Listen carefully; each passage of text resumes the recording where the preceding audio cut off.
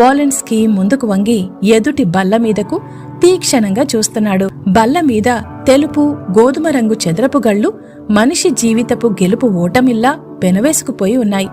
తరువాత ఎత్తు వేయవలసింది పోలెన్స్కీ. అతడి మినిస్టర్ శత్రువుల మధ్య అష్ట దిగ్బంధనంలో ఉంది.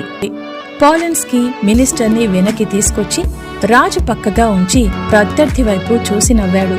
ఏషియన్ ఛాంపియన్షిప్ పోటీలవి ఫైనల్స్. రష్యన్స్ చదరంగంలో ప్రవీణులు. చదరంగం ఆట మనిషి మెదడుని ఎంతో వికసితం చేస్తుందని గ్రహించి ఆ ఆటని చదువులో ఒక సబ్జెక్టుగా పెట్టినవాళ్లు బాబీ షిషర్ లాంటి వాళ్లు ఏ కొద్ది మందో తప్ప రష్యన్స్ ని ఓడగొట్టి వరల్డ్ ఛాంపియన్షిప్ సంపాదించిన వాళ్లు ఎవరూ లేరు.